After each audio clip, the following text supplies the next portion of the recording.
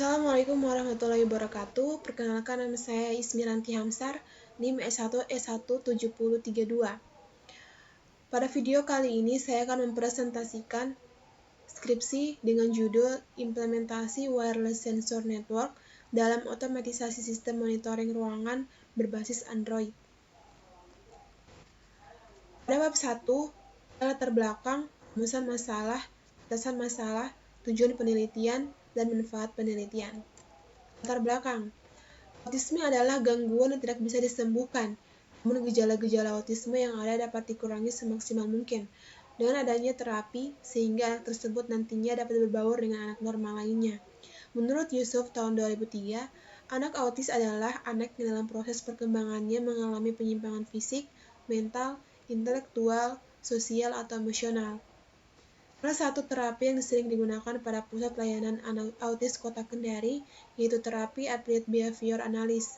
Terapi ini dianggap mampu mengajarkan anak autisme untuk memahami dan mengikuti instruksi verbal, merasakan perkataan orang lain, mendeskripsikan sebuah benda, meniru gerakan orang lain, hingga mengajarkan baca tulis. Pada Pusat Layanan Autis Kota Kendari, proses terapi dilaksanakan di ruang tertutup, tanpa adanya kamera perekam ataupun sistem yang memantau. Hal ini sangat disayangkan, karena saat ini banyak sistem monitoring yang dapat membantu ruangan atau lingkungan, baik jarak jauh maupun jarak dekat. Salah satunya dengan mengimplementasikan metode Wireless Sensor Network. Wireless Sensor Network merupakan suatu infrastruktur jaringan yang menggunakan sensor untuk memonitor fisik atau kondisi ruangan seperti suhu, suara, tekanan, gerakan, gelombang, dan lain-lain. Wireless Sensor Network terdiri dari 3 komponen utama, yaitu node, gateway, dan software. Selanjutnya, rumusan masalah. Adapun rumusan masalah dari penelitian ini, yang pertama itu bagaimana menerapkan metode Wireless Sensor Network dalam membangun sistem monitoring ruangan. Yang kedua, bagaimana mendesain dan membangun sistem berbasis web dan berbasis Android. Yang ketiga, bagaimana proses penerapan sistem monitoring pada Pusat Layanan Autis Kota Kendari. Selanjutnya, batasan masalah. Yang pertama, sistem monitoring yang dilakukan hanya dalam ruangan terapi yang telah dipasangkan komponen-komponen monitoring. Yang kedua, sistem monitoring hanya dapat dipantau oleh orang-orang tua dari anak yang mendapatkan terapi. Selanjutnya, tujuan penelitian. Yang pertama, dapat mengimplementasikan Wireless Sensor Network dalam sistem monitoring langsung terapi anak berkebutuhan khusus. Yang kedua, dapat membantu membangun sistem monitoring yang dapat digunakan baik jarak jauh maupun jarak dekat. Selanjutnya, manfaat bagi Pusat Layanan Autis Kendari, yaitu dapat membangun sistem yang dapat mengawasi proses kinerja terapis. Yang kedua, dapat memantau proses terapi untuk melihat apakah terjadi kekerasan pada anak. Adapun manfaat bagi orang tua, yang pertama itu membantu orang tua dalam melakukan pengawasan terhadap anak. Yang kedua, membantu orang tua dalam mempelajari proses terapi. Yang ketiga, membantu orang tua dalam menilai perkembangan terapi anak. Selanjutnya, bab 2, landasan teori. Yang pertama, sistem monitoring. Sistem monitoring adalah gabungan objek yang saling berhubungan dengan tujuan memantau atau mengamati sesuatu. Yang kedua, ruangan. Ruangan adalah suatu tempat tertutup dengan langit-langit yang biasanya memiliki beberapa jendela dan pintu. Yang ketiga, anak berkebutuhan khusus. Menurut Frieda Mangunsong tahun 2009, anak berkebutuhan khusus adalah anak yang menyimpang dari rata-rata anak normal dalam hal ciri-ciri mental, kemampuan sensorik, fisik, dan neuromuskular, perilaku sosial, emosional, dan kemampuan berkomunikasi atau kombinasi dua atau lebih. Wireless Sensor Network. Wireless Sensor Network merupakan jaringan wireless atau alat yang menggunakan sensor untuk memonitor fisik atau kondisi lingkungan sekitar seperti suhu, suara, getaran, gelombang, elektromagnetik, tekanan, gerakan, dan lain-lain. Internet Protokol Kamera atau IP-Cam. IP kamera adalah kamera digital untuk pemantauan yang dapat mentransfer data melalui jaringan komputer dan internet. Oleh karena itu, IP-Cam sangat cocok digunakan untuk live dan memonitoring jarak jauh. Node MCU. Node MCU merupakan sebuah open source platform IoT dan pengembangan kit yang menggunakan bahasa pemrograman Lua untuk membantu makers dalam membuat prototipe produk IoT atau bisa dengan memakai Sketch dengan Arduino IDE. Radio Frequency Identification Card atau RFID card. RFID adalah sebuah metode identifikasi dengan menggunakan sarana kartu RFID yang berupa transponden untuk menyimpan dan mengambil data. Label atau kartu RFID berisi kode yang dapat memberikan informasi identifikasi berdasarkan dari data yang dimasukkan dalam kode tersebut. Android menjadikan platform open source bagi para pengembang untuk menciptakan aplikasi yang dapat digunakan oleh berbagai macam piranti bergerak. Dart merupakan bahasa pemrograman general purpose yang dirancang oleh Lars Bach dan Casper Lam. Bahasa pemrograman ini dikembangkan sebagai bahasa pemrograman aplikasi yang dapat digunakan dengan mudah untuk dipelajari dan disebarkan.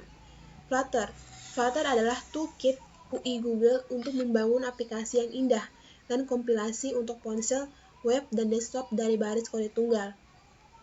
PHP merupakan bahasa pemrograman yang menggunakan server-side programming, yang artinya program tersebut akan dijalankan atau diproses oleh server.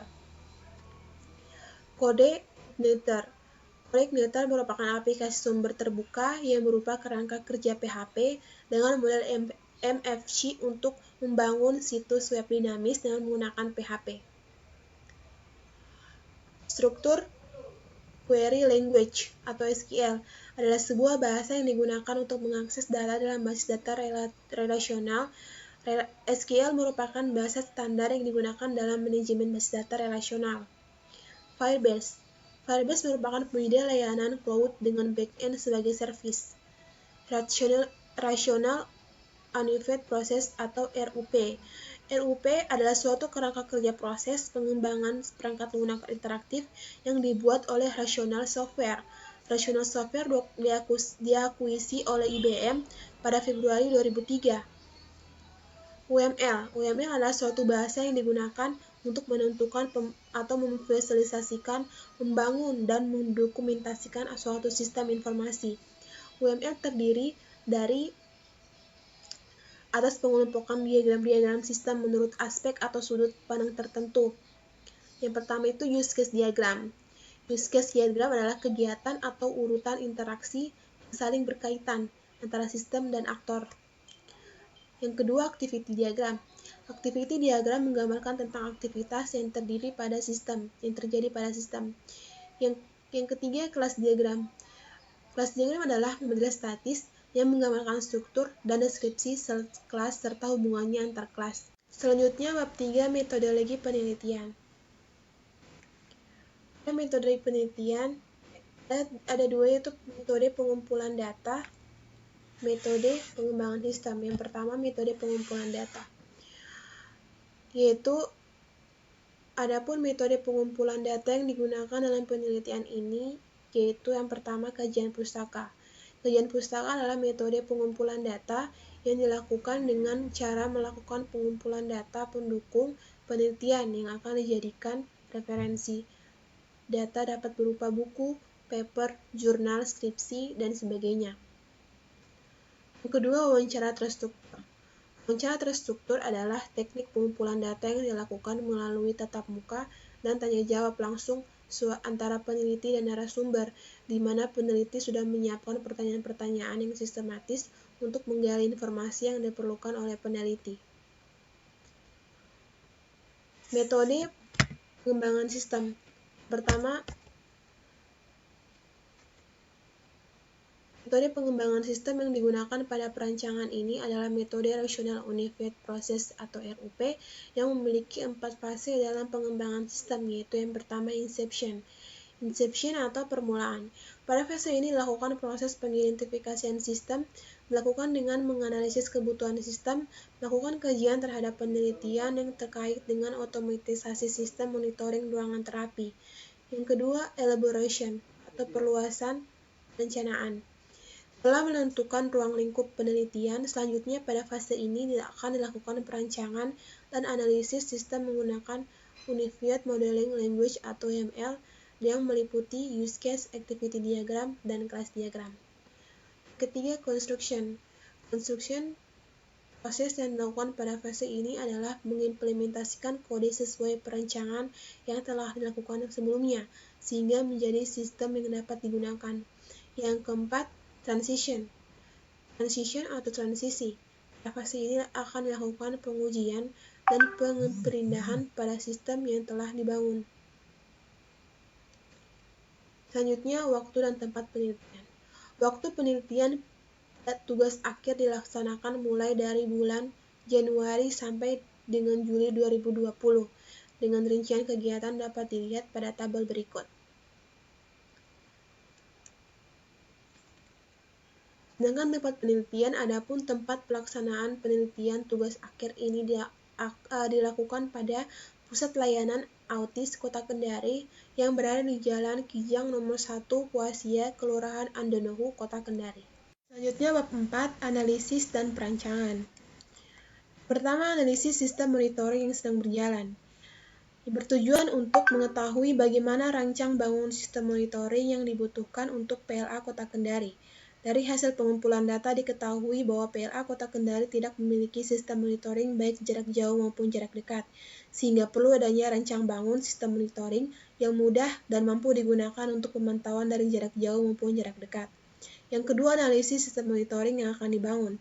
Merupakan tahapan yang bertujuan untuk mengetahui apa saja yang dibutuhkan dalam sistem yang akan dibangun. Dalam analisis sistem ini dilakukan analisis kebutuhan fungsional. Analisis kebutuhan fungsional adalah semua data yang diperlukan oleh sistem agar sistem dapat berjalan sesuai dengan mekanisme yang dibangun. Melalui perancangan sistem, adapun kebutuhan sistem yang akan dibangun yaitu yang pertama, perancangan diagram sistem menggunakan pemodelan Unified Modeling Language atau UML. Yang kedua, menganalisis kebutuhan data pada sistem melalui penginputan data. Selanjutnya, perancangan sistem. Perancangan sistem terbagi menjadi 3 bagian, yaitu perancangan mekanik, perancangan elektronik, dan perancangan software. Perancangan mekanik merupakan desain dari alat.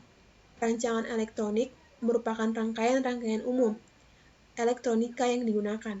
Sedangkan perancangan software adalah perancangan use case diagram, activity diagram, class diagram, dan perancangan sequence diagram serta interface aplikasi berbasis web dan Android. Berikut merupakan flowchart dari perancangan software. Yang sebelah kiri itu merupakan flowchart gambaran umum sistem, yang sebelah kanan merupakan flowchart push notification. Selanjutnya,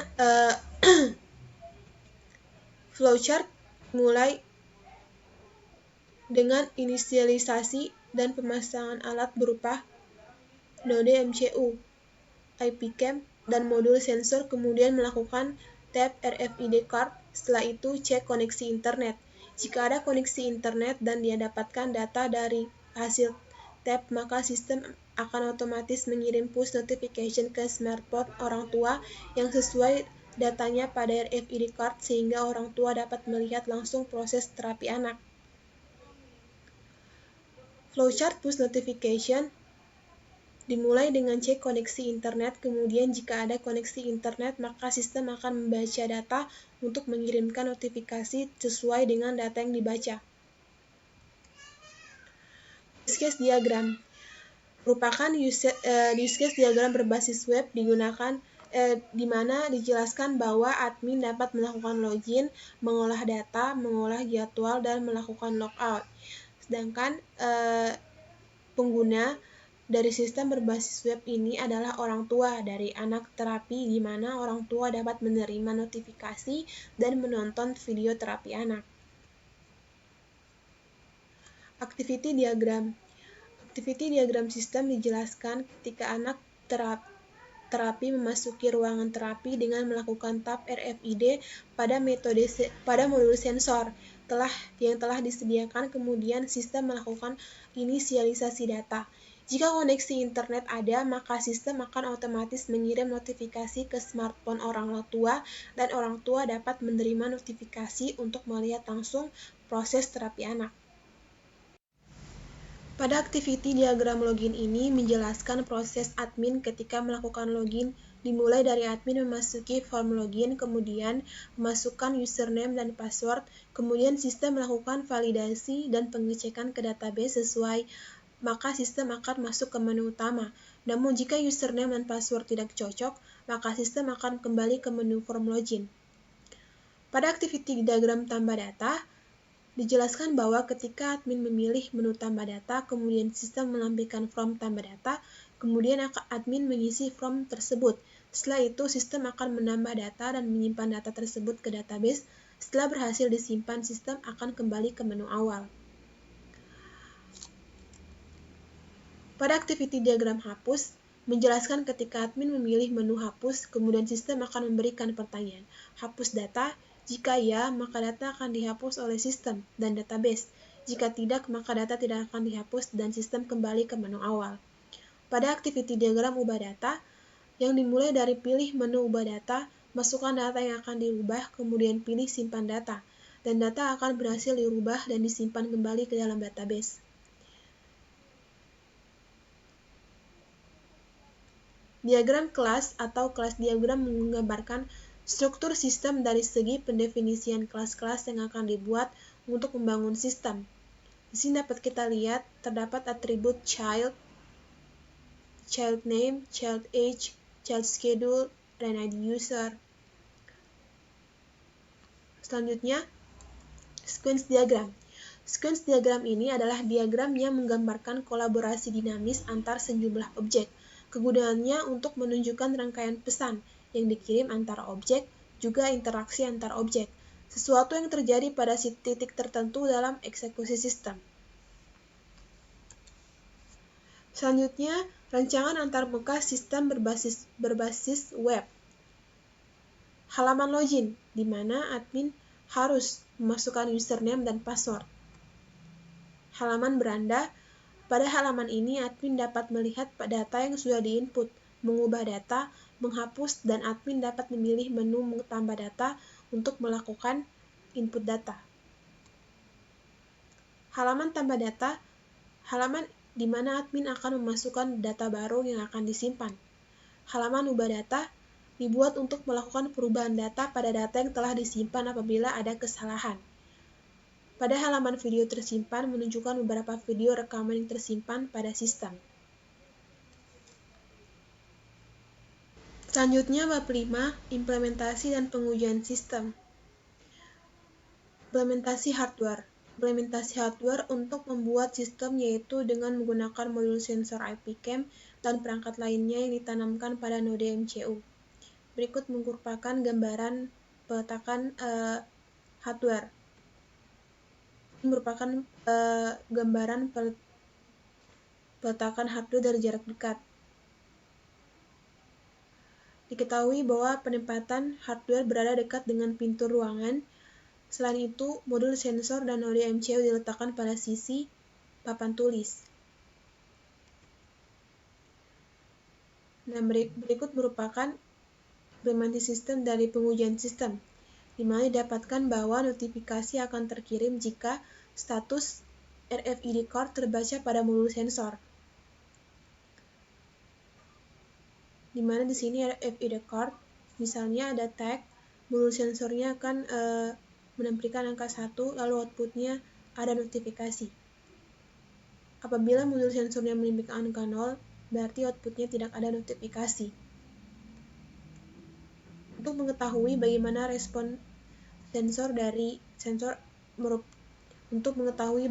respon dari sensor akan berpengaruh pada sistem, berikut adalah contoh hasil pembacaan sensor berdasarkan hasil pengujian program yang menggunakan fungsi gerbang logika pada penerapannya.